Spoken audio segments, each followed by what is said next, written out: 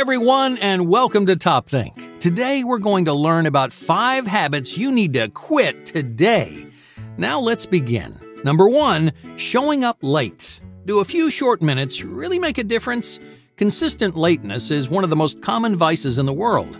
A large survey recently found that 15 to 20% of the U.S. population is late on a regular basis. They show up late to work in the mornings. They're the last ones to pick their kids up from school. No matter where they go, they're always lagging 5, 10, or 15 minutes behind. But most people don't understand that it's not on purpose. Lateness is a bad habit, a vice that leaves you feeling guilty and flustered when it happens. Alright, let's say you show up late for a business lunch. You were supposed to meet your client at noon, but it's already 12:10, and you're not even close. You rush as fast as you can, but you're still 25 minutes late. Understandably, your client's furious, and you feel terrible. Now, in this situation, there's really only 2 things you can do. You could make an excuse. You could tell your client that you got stuck in traffic or that your partner was taking too long in the shower, hoping they'll cut you some slack. Or you could apologize and promise it will never, ever happen again. However, like any bad habit, tardiness doesn't disappear just because you want it to. Your lateness will come back to bite you again and again unless you change your mindset from the ground up. Alright, let's start with your attitude toward time as a whole. Now, up until now, you may have been thinking to yourself, who cares? It's just a few minutes of lost time. It's no big deal. But 5 or 10 minutes can make a substantial difference in your day. Imagine you miss your alarm in the morning, so you sleep in for an extra 30 minutes. Suddenly, your entire day is shifted backwards. Your morning routine runs long. You show up late for work. Your tardiness holds up a meeting. You're rushing from one project to the next, but each delay causes another. And just like that, 30 wasted minutes can snowball into a day-long disaster. But you're not the only one who's affected by your tardiness. Even if you manage to make up for lost time, you may be wasting someone else's. Yeah, remember that meeting you showed up late to? Well, because of you, your coworkers couldn't start on time, which slows down the rest of their day too. In other words, your lateness doesn't just impact your schedule, it impacts everyone around you. Lateness is a big deal, even if it doesn't seem like much in the moment. Don't be the person who slows everyone down or sabotages their own schedule. Instead, practice showing up early. Prepare for your own bad habits ahead of time. Be the person who gets there 10 minutes early for everything. Not only will you make a better impression on others, but you'll help yourself stay on top of your schedule. No more rushing from place to place. No more staring at the clock, hoping it's running a few minutes fast. Showing up early will keep you ahead of your work and save you from a whole bunch of unnecessary stress. Number 2, unconstructive feedback. How often do you complain? Well, for most people in the world, complaining is a way to let off steam. Let's say your coworker messes up your presentation or your boss forces you to work on the weekends. You complain to get that anger out of your system, right? But does complaining actually solve any problems? Complaining's an easy thing to do. Anyone can stew over all the little reasons why something went wrong, but ultimately, complaining is just unproductive. You're not helping anybody, including yourself, by stirring the pot. Not only are you creating more negativity, you're also damaging your own motivation and enthusiasm. So try this instead. The next time a situation doesn't go your way, find a silver lining. Search for at least one positive outcome from every experience. Maybe you gained some perspective or discovered that something doesn't work the way you expected. Either way, failure offers you the opportunity to learn something new, but only if you maintain the right mindset. So when something frustrating happens, just don't complain.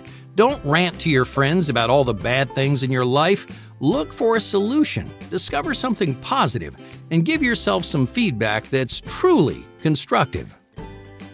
Number 3, idealized fantasies. Do you get lost in fantastical daydreams about your future? Do you wonder what your life would be like as a professional athlete or a famous celebrity? A 2011 study from the Journal of Experimental Social Psychology found that these extravagant daydreams do much more harm than you realize. In this study, researchers tested whether or not fantasizing about your future created more motivation to achieve those goals. Well, it turns out after imagining some impossible future for themselves, people were significantly less inspired to accomplish anything. Why is that? Well, because those fantasies don't translate into the real world. Instead of thinking about your future, you're getting lost in a dream life that you're never ever going to live. In other words, fantasizing about your future may be a fun way to pass the time, but it's standing in the way of your long-term goals. So pull your head out of the clouds and focus on the future you want to achieve. Number 4. Chronic entertainment. How much media do you consume every day? Most people severely underestimate how much time they spend glued to a screen. Data from the Nielsen company in 2018 shows that the average American household spends 10.5 hours per day consuming media. Oh, you're watching TV, you're playing games on your phone, you're browsing the internet. There are so many diverse forms of media at your disposal, it may not feel like you're spending that much time on anything. But together, entertainment media consumes almost 50% of your day. But why do we invest so much time into entertainment? Well, that answer's easy. Because it's fun. Entertainment's designed to be engaging and rewarding. From suspenseful Netflix dramas to addicting video games, media outlets want to keep you watching, scrolling, and playing as long as possible. So they reward you with surprises, laugh-out-loud jokes, and a virtual sense of accomplishment. But at the end of the day, entertainment is far from productive or constructive. Imagine you spent the morning watching a new show on Netflix. After 3 hours of thrilling twists and turns, do you feel motivated to work? Are you left feeling inspired and disciplined? Or is your brain craving just one more episode? According to a study from 2018 published by the Journal of Active Learning in Higher Education, the amount of media you consume actually predicts your performance.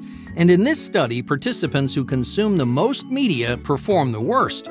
They had the least motivation and the shortest attention spans. You don't have to cut all forms of entertainment out of your life, but you do have to stop the media from consuming so much of your time. The key to healthy media consumption is moderation. There's no harm in relaxing with a little TV in the afternoon, but entertainment should never interfere with your productivity or performance. Number 5. Neglecting your stress. Few things are ignored more frequently than stress. Whether you're feeling pressure at work or turmoil at home, your first instinct may be to push that stress as far down as you can. Even if they're drowning in responsibilities, most people pretend like nothing's wrong. They keep pushing and pushing until they have nothing left to give. But is that really the best way to manage your stress? The truth is, stress is something you need to take seriously. Stress of any kind can have a major impact on your body and an even larger impact on your mind. According to an academic review published in the NPJ Science of Learning, stress impairs both memory recall and concentration, especially when faced with tight deadlines or pressure to perform. So don't let the stress in your life go unnoticed. You may tell yourself to duck your head and wait out the storm, but those waves of pressure aren't going to disappear. If you're feeling stressed day in and day out, you need to do something about it. It's time to take an active role in physical and mental health. Luckily, there are a wide array of stress-relieving activities to choose from. You could de-stress before work by writing in a journal. You could unwind after a long day with 20 minutes of mindful meditation. You could even de-stress during your lunch break, squeezing in relaxing exercises anytime you need them. So don't ignore your stressors. Stay ahead of your stress to live a healthier, more comfortable life. Hey, thank you for watching Top Think, and be sure to subscribe because more incredible content is on the way.